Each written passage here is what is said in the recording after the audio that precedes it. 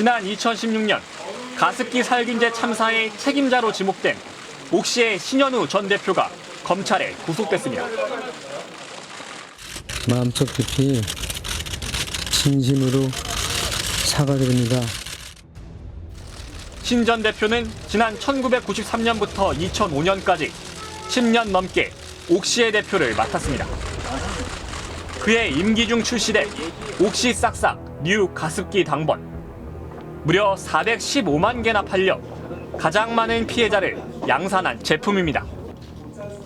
옥시 제품의 유해성이 인정돼 신 전 대표는 대법원에서 징역 6년이 확정됐습니다.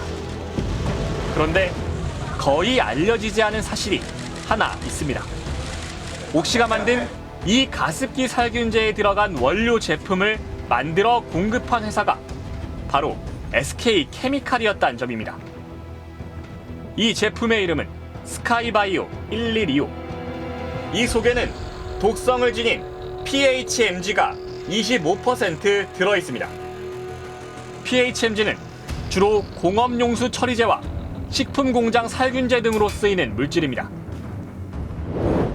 스트레이트는 현재 서울 남부교도소에 수감 중인 신현우 전 옥시 대표에게 원료 구입 과정을 물었습니다. 신 전 대표는 대리인을 통해 취재진에게 편지를 보내왔습니다. 먼저 피해자에 대한 사과의 말을 전한 그는 SK케미칼이 원료의 유독성을 숨긴 채 판매했다고 주장했습니다. SK케미칼은 PHMG의 독성에 대해 두 가지 중요한 사실을 은폐하거나 고의적으로 오기재했습니다.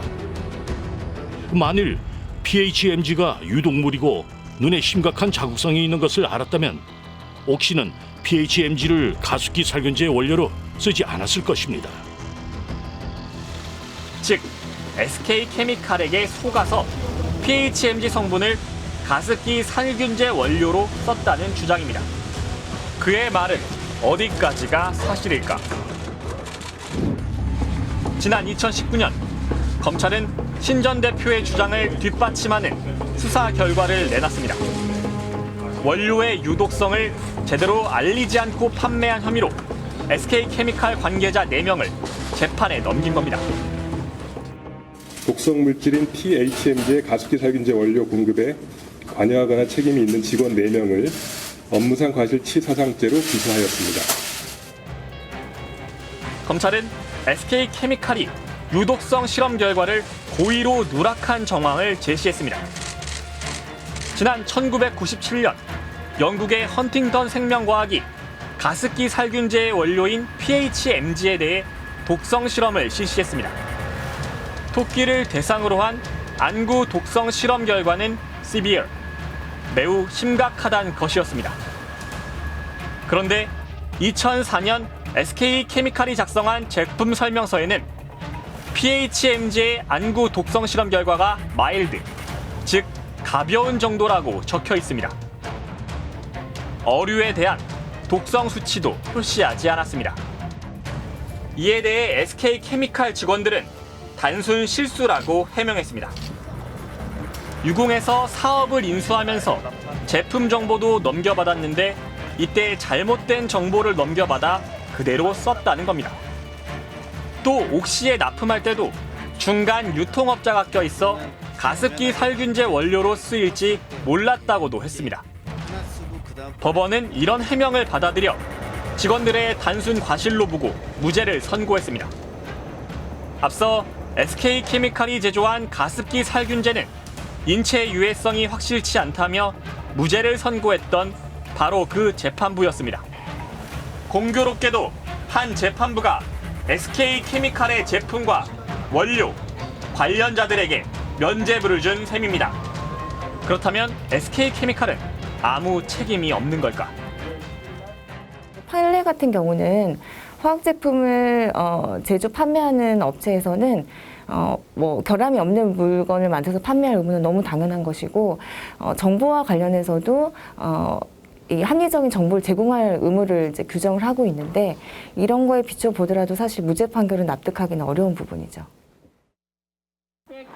잇따라 무죄 판결은 받았지만 가습기 살균제 사태의 발단에 SK케미칼이 있고 그 책임도 피할 수 없다는 게 피해자들의 주장입니다.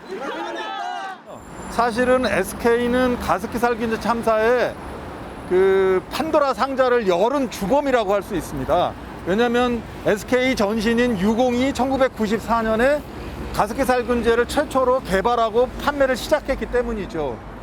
그리고 18년 동안 1000만 개 넘는 그런 제품을 팔았는데 그중에 90% 이상의 제품의 원료를 SK가 공급을 한 겁니다. 그러니까 이에 대해 SK케미칼은 인체에 유해하지 않도록 원료 물질을 선정하고 배합해 안전한 제품을 출시하는 건 본질적으로 제조업자의 업무에 해당한다는 게 법원의 판결이라고 밝혔습니다. 또 피해자 단체들과 피해 회복을 위한 협의를 진행 중이라고 설명했습니다. 자, 정리해보면 옥시가 만든 가습기 살균제는 유해성이 입증돼서 유죄 확정 판결을 받았습니다.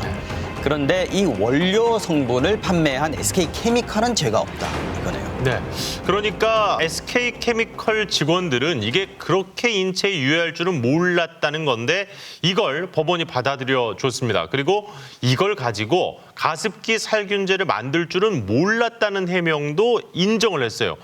야, 이건 좀 납득이 어렵네요. 그런데 이것 말고도 SK케미칼이 받고 있는 재판이 하나 더 있습니다. 아, 다른 게 또 있습니까? 그렇습니다. SK케미칼은 검사와 판사 출신 법조인을 경영진으로 영입했는데요. 이들은 가습기 살균제와 관련해 증거를 인멸한 혐의를 받고 있습니다. 어이가 없네. 온갖 불법을 저지르고도 돈으로 모든 걸 해결하려는 재벌 3세. 영화 베테랑 속 이야기의 배경이 된 실제 사건이 있습니다. 지난 2010년 MBC 시사 매거진 2580이 고발한 이른바 맷값 폭행 사건입니다. 엉덩이와 허벅지에 시퍼렇게 피멍이 들었습니다. 살려달라고 애원했지만 소용이 없었습니다. 폭력을 행사한 인물은 SK그룹 오너 일가인 최철원 M&M 사장이었습니다. 최 사장은 고용 보장을 요구하며 시위하던 화물차 운전기사를 사무실로 불러 야구 방망이로 무차별 구타했습니다. 그리고 그 자리에서 합의금이라며 2천만 원을 줬습니다. 2천만 원 주셨으면 때려도 된다고 생각했어요? 아니 그거보다도요. 저 때문에 이렇게 좋지 않은 일이 벌어져서 사회적으로 시끄럽게 돼서 굉장히 죄송하게 생각합니다. 최철원 회장은 구속 기소돼 유죄 판결을 받았습니다.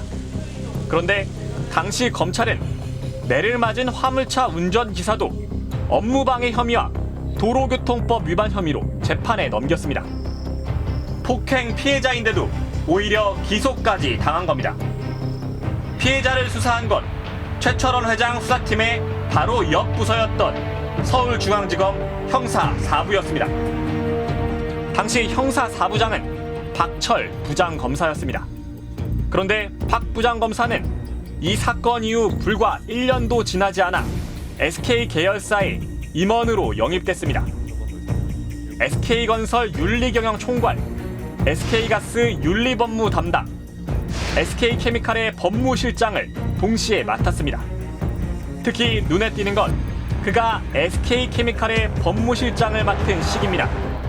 2012년, 이때는 가습기 살균제 참사가 막 세상에 알려지기 시작한 시기였습니다. 최창원 부회장이 가습기 살균제 사태를 처리할 구원투수로 박 전 검사를 데려갔다는 말이 법조계에 돌았습니다. 박철 법무실장은 이후 SK케미칼 윤리부문 부사장까지 승승장구했습니다. 지금도 SK케미칼의 지주회사인 SK디스커버리에서 윤리부문 부사장을 맡고 있습니다. 그런데 검사 출신인 박 부사장이 SK케미칼에 대한 수사를 방해하고 증거를 인멸한 혐의가 검찰에 포착됩니다. 지난 2013년 가습기 살균제 사태가 확산되자 SK케미칼은 가습기 살균제 TF를 만들었습니다.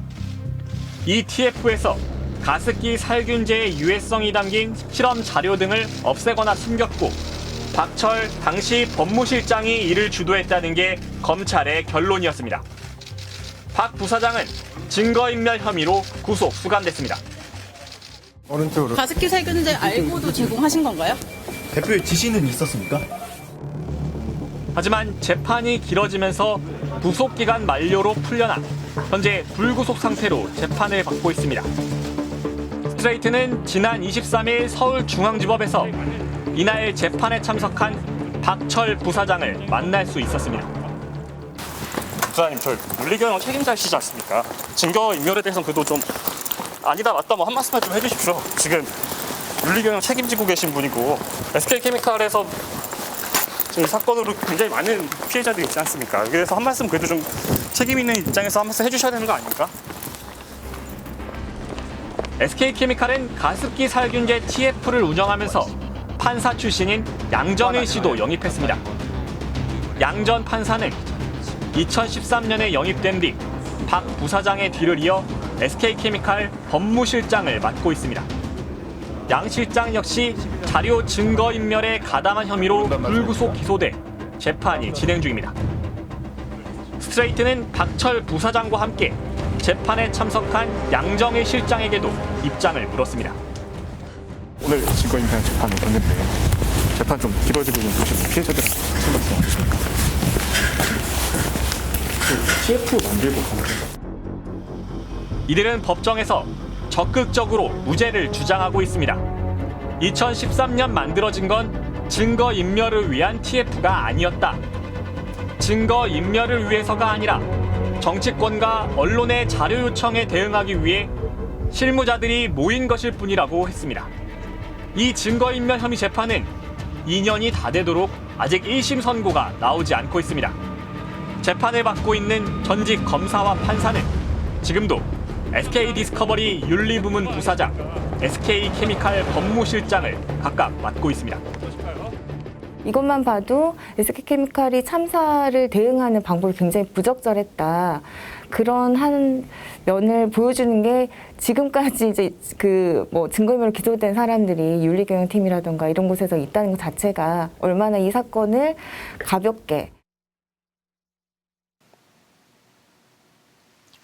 이 맥갑 폭행 사건 시간이 벌써 10년이 넘게 흘렀습니다만 아직도 생생합니다. 그런데 이 피해자가 기소까지 됐다는 건 미처 몰랐거든요. 게다가 이 피해자를 기소한 부장검사가 SK에 영입이 됐다. 그것도 1년이 채 안 돼서 이건 어떻게 봐야 할까요? 저런 검사 출신, 판사 출신 인사를 영입해서 효과를 봤기 때문인지 모르겠습니다만 어쨌든 SK케미칼 현재로서는 법적 책임을 피해가고 있는 거네요. 네, 그렇습니다. 반대로 피해자들에 대한 보상에는 적극적이지 않죠. 공교롭게도 SK그룹이 요즘 강조하고 있는 게 기업의 사회적 책임, 이른바 ESG 경영 아닙니까? 그렇죠. 이 최태원 회장이 ESG 경영을 강조했다. 이런 뉴스들 아주 익숙하거든요. 네, 그래서 아무리 SK케미칼이 독립적으로 경영되는 회사라지만 SK그룹사 전체가 내세우고 있는 기조와 너무 어긋나는 것 아니냐는 비판이 나오고 있습니다. 지난 24일 SK그룹 최태원 회장이 대한상공회의소 회장에 취임했습니다. 최 회장의 취임에 발맞춰 대한상인은 기존의 기업문화팀의 명칭을 ESG 경영팀으로 바꿨습니다. 평소 SK그룹에서 ESG를 강조했던 최 회장의 의중을 반영한 것으로 해석됩니다. SK는 실제 내일로 예정된 주주총회에서 지주사의 이사회 산하에 ESG위원회를 신설하는 방안을 의결할 예정입니다. ESG, 환경을 뜻하는 E와 사회를 의미하는 S, 기업 지배구조 개혁을 가리키는 G를 따 만든 단어입니다. 한마디로 돈을 많이 버는지만큼 돈을 어떻게 버는지도 기업을 평가하고 투자하는 기준으로 삼아야 한다는 겁니다. 예를 들어서 환경 관련해서 석탄 발전 많이 하거나 석탄 발전소 수출하는 한전 같은 경우에 많은 외국의 ESG를 주창하는 연기금이라든지 기관 투자자들이 돈을 놓지 않겠다 이렇게 선언을 했습니다. 그런 식으로 압박을 하기 시작했고요. ESG란 말이 처음 등장한 건 지난 2008년 미국 부동산 부실 대출로 촉발된 미국 금융위기 때였습니다. 탐욕에 눈먼 기업, 사회적 책임을 외면하는 기업엔 투자를 자제하자는 움직임이 시작된 겁니다. 기업 가버넌스 같은 문제 또는 환경 문제 또 기업의 사회적 책임과 관련된 문제 때문에 갑자기 큰 위험이 일어날 수 있다. 이게 관리가 돼야겠다라는 인식들을 하기 시작합니다. 그러면서 기관 투자자들 중심으로 ESG를 강하게 압박을 하기 시작해요. 800조 넘는 자산을 굴리는 국내 최대 큰손 투자자 국민연금도 최근 ESG를 강조하고 나섰습니다. 내년까지 자산의 50%, 즉 400조 원 이상을 ESG 기준을 적용해 투자하겠다고 밝혔습니다. 국민의 위임을 받은 돈인 만큼 기업의 사회적 책임을 중요한 투자 기준으로 삼겠다는 겁니다. 그래서 사회적 책임 투자라고 하는데요. 이 수익뿐만 아니라 환경이라든지 기업의 지배 구조라든지 그런 지속 가능성 문제 이런 것들을 함께 고려하는. 그렇다면 국민연금은 기업들을 제대로 평가하고 있을까? 지난 2017년 국민연금이 SK케미칼을 ESG 기준으로 평가한 결과가 국정감사에서 공개됐습니다. ESG 최고 등급인 AA 등급이었습니다. 제품 안전 평가 항목에서 만점에 가까운 97.05점을 주고 이를 근거로 ESG 평가에서도 최고 등급을 준 겁니다. 평가가 이뤄진 2017년은 가습기 살균제 피해자들에 대해 정부가 공식 사과하고 SK케미칼 등 관련 기업에 대한 재조사가 시작된 때였습니다. 그렇다면 2018년 이후의 평가는 어떨까? 현재로선 알 방법이 없습니다. 국민연금은 개별 기업에 대한 ESG 평가 결과는 물론 구체적인 평가 기준까지 모두 공개하지 않고 있습니다. 평가 결과가 공개되면 시장에 미치는 영향이 너무 클 수 있다는 이유에서였습니다.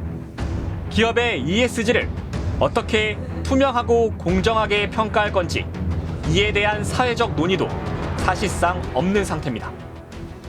최근에 얘기 나오고 있던 산재가 계속해서 발생하는 사업장 같은 경우에도 구체적인 기준이 없는 거예요. 어떤 기준으로 우리가 적용을 할 거다라고 충분한 정보를 공개를 하고 있느냐, 국민들한테 충분히 설명을 하고 있느냐, 이 부분에 대해서는 사실은 낙제점이 가깝다 이렇게 볼 수는 있겠죠.